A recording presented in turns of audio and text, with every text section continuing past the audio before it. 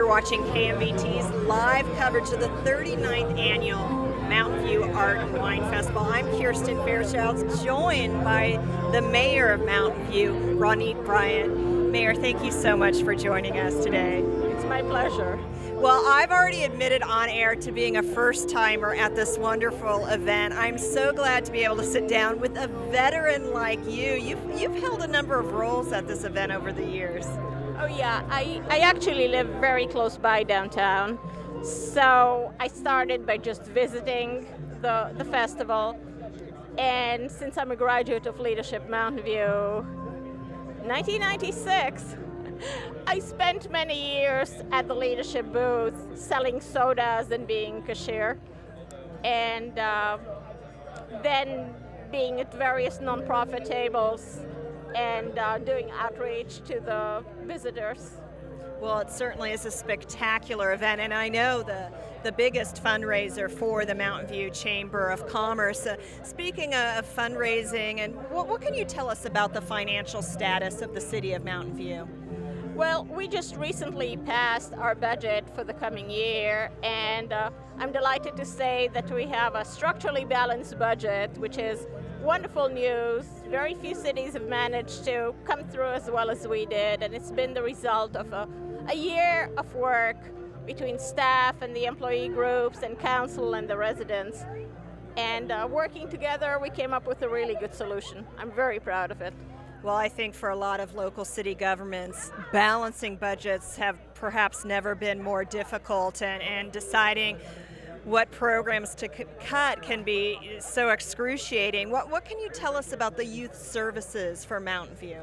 Well, the really good news is that we have not had to cut services. That's just great news. We have not had to close libraries or reduce services, so we're very proud of that.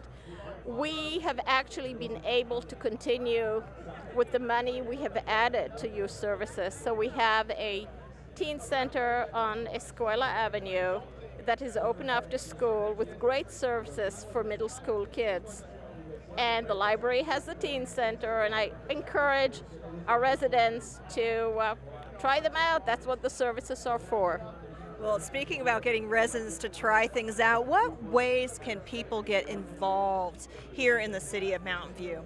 Well, there's really a lot of ways to get involved, and really what people need to do is think through how much time are you ready to give, how much time, not are you ready to give, how much time do you have to give? So there's our advisory boards, there are always volunteers helping in the library, helping in the senior center. So the best thing to do really is to contact the volunteer services coordinator in the city. There is room for every kind of talent for every amount of time that you can volunteer.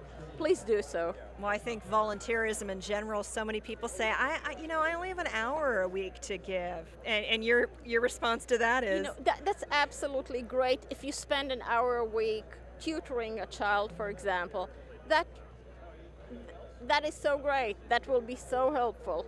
And then over the years, maybe you'll have some more time to volunteer. Maybe you'll find that you love it even more than you thought you would. So I encourage everyone to try it out. Well, and speaking of volunteers, we had a chance to speak with the president and CEO of the Mountain View Chamber of Commerce, Oscar Garcia, and he spoke about the number of volunteers out here today. Absolutely. And as the mayor of Mountain View, he was saying that this festival really has established itself as one of the premier art and wine festivals in the western states. Yes. How does that make you feel? Yes. This is what Mountain View is about, people working together to achieve the really wonderful quality of life that we have. And, the city works really closely with the chamber and has for many years. The city works really closely with the schools and has for many years. This is how we do things in Mountain View. We're very proud of it. And since you first began here at the festival, can you speak a little bit about the growth that you've seen? It's even many years ago, the festival has been for many years one of the premier art and wine festivals.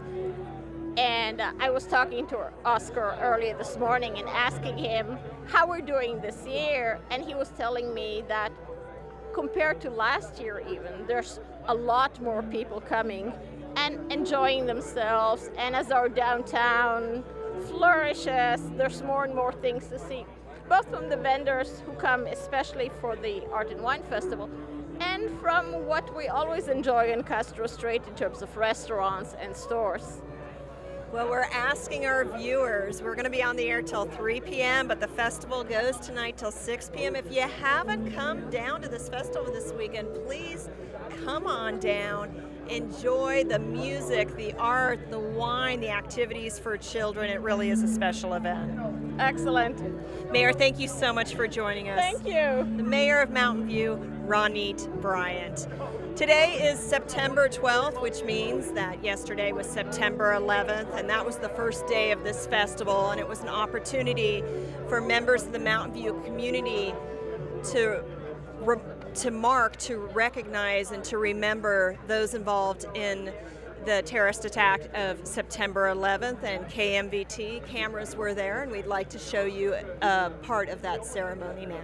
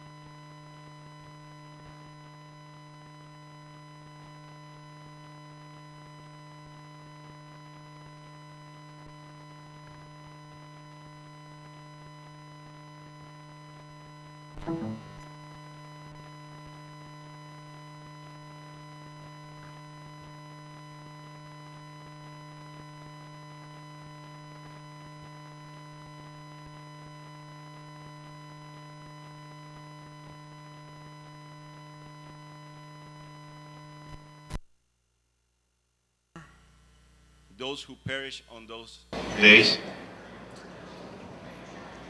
as our nation changed on September 11th.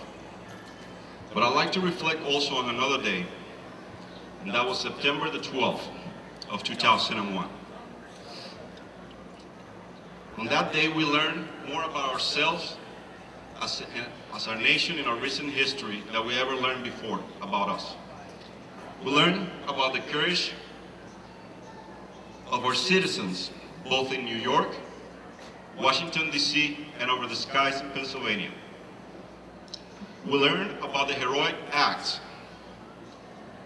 of our police department, our fire department, our first responders, and the many countless acts of kindness that happened on September 11th. We learned that we were a nation united and determined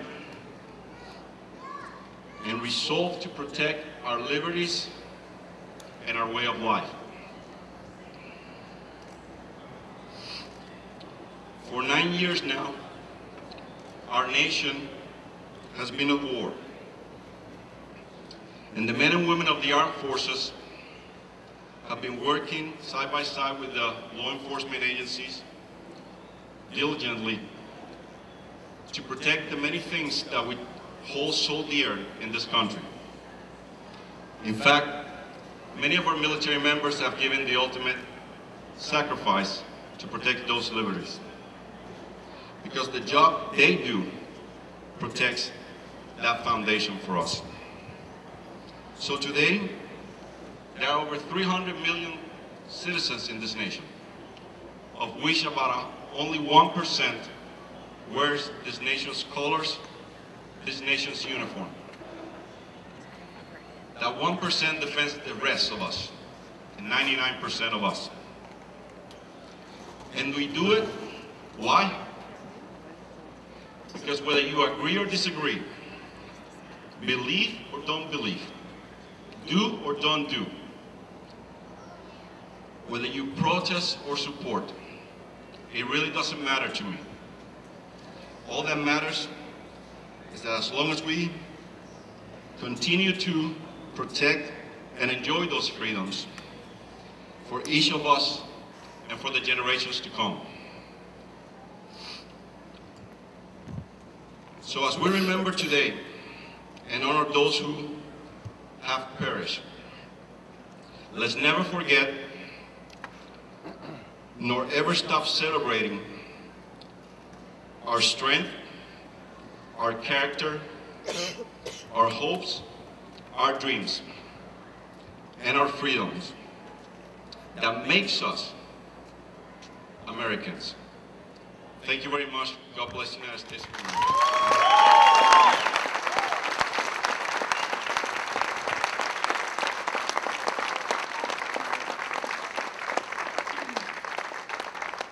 Ladies and gentlemen, Brad Wardle, City of Mountain View Fire Chief.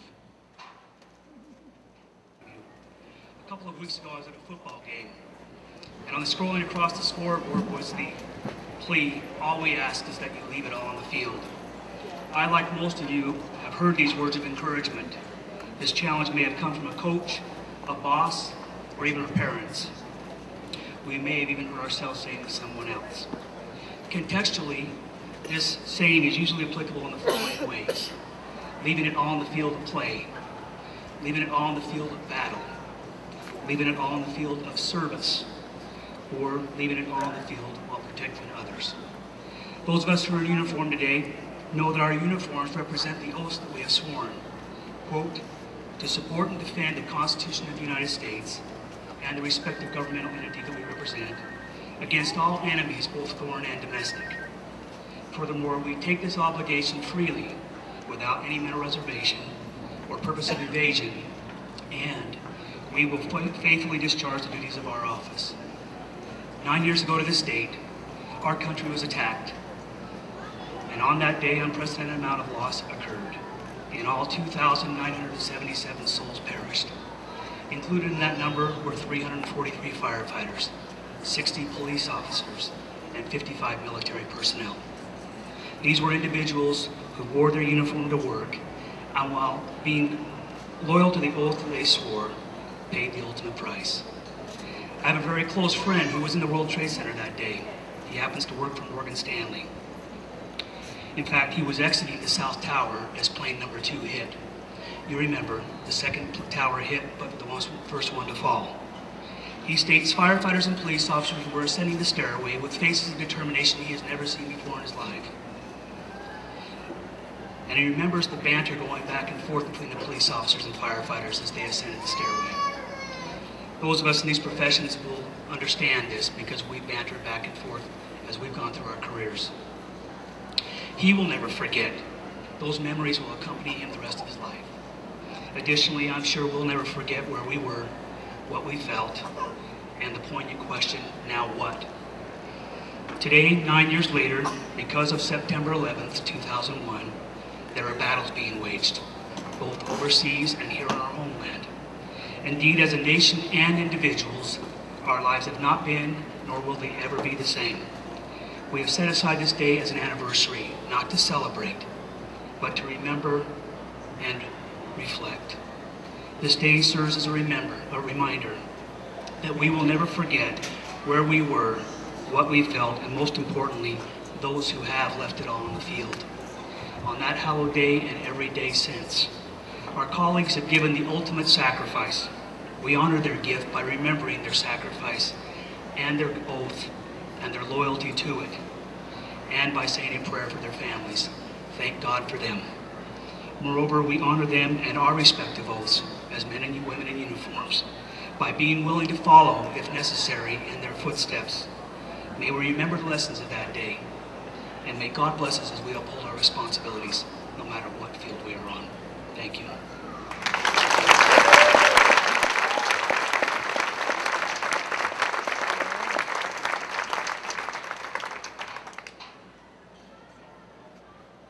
Good. 10 hook. About face. At this time, we're going to do the lowering of the American flag. I ask everybody to please pay the proper respect at the time. Group, present arms.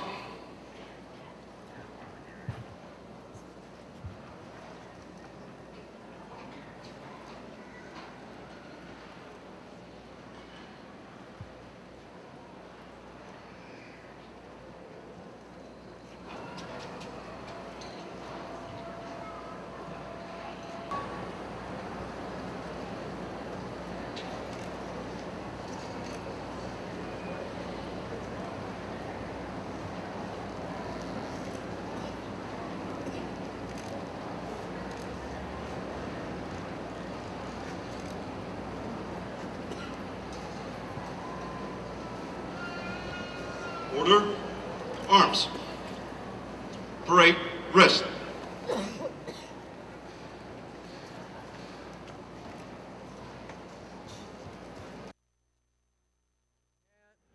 we ready to go?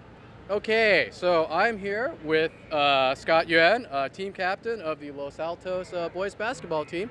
So Scott, has your season started yet? Well, right now we have started like off-season training. You know, at once or twice a week, on Tuesdays and Thursdays after school, we would probably either do some track workouts, you know, get our stamina up, or probably either go weightlifting and have some open gyms whenever the gym's available. When does your season start? Well, our tryouts begin beginning of November, and then we have a second tryouts for the fall season sports when they end. And then we have preseason games for those 2 months, and then the season starts, first game maybe during winter break, I think. Okay, and then when are your home games normally? Home games, every week we have 2 games. So one game's always away, one game's at home. This year I think we're gonna have the home games on Tuesdays, I think, and the away games will be on Friday. I'm not sure about that right now. Okay, and what position do you play on the team? Currently I play the 4 and the 5. Okay. So center and power forward? Yes. Okay. And so what should your fans expect to see of your team this year? Definitely our personnel is a lot different from last year's, because last year out of the 5 starting players, 4 of them were seniors and they all graduated. So I'm the only returning starting player, and we pretty much are building an entire new team, which is pretty exciting. We have to like work on our new team chemistry. So I guess just expect a new type of game, you know, because like I guess our guards, because we lost the Wells brothers, so our guards are going to be different, and probably have to change our game up. So we're still working on that. So do you know what type of team you're going to play in terms of like either run and gun or 5 passes or pound it in? Well, currently we're still not quite sure on what our team roster is going to be, because a lot of the incoming juniors that are going to be on the team currently like aren't in contact with the coach. They're like kind of ignoring, you know. So we're not really sure like who's going to be our point guard, who's going to be our shooting guard. We don't know who's going to be our go-to man, you know. So we're just still trying to figure that out. Now, so you're the captain of the team. What's your biggest challenge being captain of the team? Well, this year, one thing is it's a brand new team, so I have to come up with, because there's gonna be a lot more incoming players, maybe like 7 or 8 new incoming players. So I have to get them on track, you know, get them to know the plays, and try to get them to run through things, you know. So that's pretty much a challenge, teaching the new players and getting them in the new system. Okay, and what's your biggest game this year? This year, This season. All right. Our most challenging game will probably be against Palo Alto Homestead, similar to last year. They'll be the team to beat this year. Okay. And do you expect to go far this year? I'm not sure. Hopefully, we can do just as well as we did last year, but it's definitely not gonna be easy, because there's because Lynbrook's moving up, Cupertino's moving up. There's gonna be some new teams. And we can't overlook anyone. We have to always play at our best, practice every day, just work towards a common goal. Okay. All right, and so did you just get here to the Art and Wine Festival? Yeah, I just arrived here 30 minutes ago. Picked up a lunch. Just arrived here for the interview. Okay. So was parking easy? No, I spent like 20-30 minutes finding parking. Any advice for people looking for parking? Do you go for the parking structures right away. Don't drive around. You'll get stuck. Okay. All right. Thanks a lot. Thanks a lot, Scott. And I'll send it back to you, Kirsten. Mountain View Art and Wine Festival it's for folks like me, and it's for folks who are the rich and famous. I'm joined now by Matt Helm, Sean Connery impersonator. I'd like to call you Sean if it's okay with you. That would be fine, my dear. Thank you. What are you drinking today? This is the Art and Wine Festival. Well, this happens to be a very excellent Cabernet. Really? Yes. And what is it like being Sean Connery? I would think the women really react well to you. Well, it does have its benefits, yes. And what's it like walking around the festival today? I'm enjoying it immensely. It's an excellent event. Lots of nice people. Very, very interesting exhibits, things for sale, and an opportunity to meet and greet with some very fine people. What are some of the lines that people will ask you to deliver? Well, usually Bond movie lines. Oh, such yeah? as, Can you give us a few? well, shaken, not stirred. Yeah. Of course, you're leaving me both shaken and stirred. Oh, my. Well, Sean Connery, a.k.a. Matt Helm, just one of many enjoying the festivities here at the 39th Annual Art and Wine Festival. Come on down. We'll be on the air till 3 p.m. today, live here on KMVT. The festival will come on to 6 p.m. Make sure you come by our booth at the corner of Castro and Church Street and say hello. I'm glad I did. Yeah, I'm glad you did too. Thank you so much, sir. Pleasure, my dear. Let's check in with our reporters out on the street. I'm here with Roberto Gutierrez, and Roberto is an architect and a sculptor from Colombia. Yes, I am from Colombia, the capital. I have been here 10 years now, and I become now a gringo. What do you mean by gringo? It means that I am a citizenship now for 1 year, so I am a regular citizen. Roberto, how do you explain the transition from city planner architect to what you're doing with these sculptures here?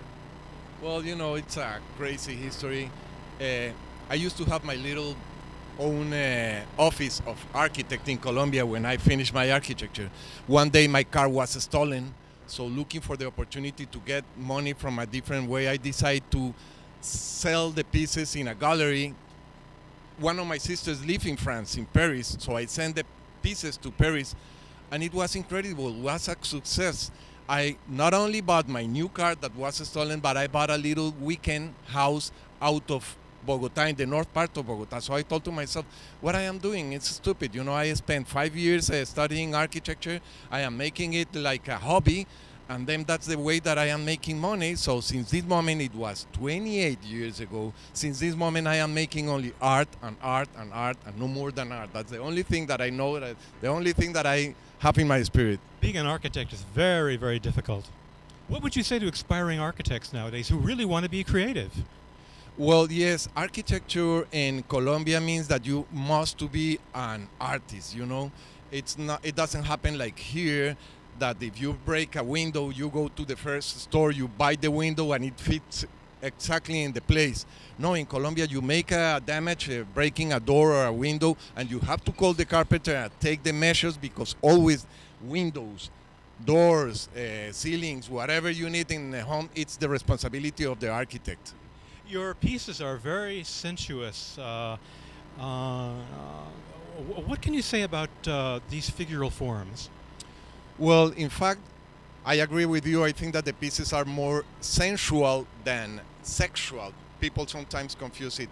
You never see the sexual part of the pieces, but the pieces has this special emotion and this kind of feeling of the human body. For me, the most important thing is what are they showing, no? Like the mixing of materials in this piece that we have here, that it is called the raining box, that it is, you know, mixing different materials, and it is not the girl as the girl, you know, it's the complete concept. The guy that it is swimming in a swimming pool that doesn't exist, that it is only the frame, the guy that it is running in a bicycle in a completely impossible position. That's the thing that I like to do. All my work, it's very creative in the way that I never use samples, I never use models, I never use photos. Each one of the ideas goes direct from my mind to the pieces, and always you will see that it is not only the bronze, it is the bronze with the glass, with the stone, with the acrylic, with the plastic, with the wood, marble, etc. So always it's 2 or 3 different elements that plays with it and make the piece more valuable. How did you learn to work with bronze? Well, you know, it is a process. The first classes that I got was, you know, individual classes, a part of my architecture, learning welding and learning about modeling and learning about jewelry and learning about different things. One day I realized that I had all the information that an artist needs to develop the work. So I am making all these stuffs and some part of jewelry, and well, I try to be the most, I don't know, the wider that I can in the world of art. And your figures are in motion to show the muscularity of the figures to their maximum. Can we go over here and have a look at some of these? Well, we were talking about this piece, that it is the backstroke. I like this piece when the people is looking for the water, because, you know, it's only the effect that it looks that the guy in fact it's swimming. So always you will find this kind of second thing that the piece has, that it is not only the volume and the action of the pieces. If you see this book holder, you know, it has the interest part that it is whispering, so he is hearing what is the book telling to him. Mm-hmm. And over here, if we can get a shot of this on the back, the muscularity on this is really very, very fine. Talk to us about this man is on a what? A bicycle? Well, you know, it was the first commission that I had. I designed this piece like 25 years ago, and it was a group of friends that were, you know, biking, so they give me the idea. At the beginning, it was very, very difficult to figure it out in a figure different of a bike. When they put you the commission, it is a bike, you only see a bike. I make something about theater. I study theater in the university. So in the world of art, you are in front of the piece. But in theater, sometimes you change your personality. So for the first time, I learned something really interesting in this piece. What's happening if you are the piece and you are in front of the people? So what's happening if you become a bicycle, you know? So it was the feeling that you have the tire. You are really passionate about your work, aren't you? Oh, yes, I love it. I love it. Yes. How do you feel about being a gringo now? I am very happy. I am extremely happy. I have my home here, my friends here, my family. United States for me, it's now everything. Well, I have the best feeling for United States. Good. Well, Roberto, congratulations on being a gringo, and good luck with your wonderful, wonderful work. Okay. Thank you, friends. Thank you. Bye.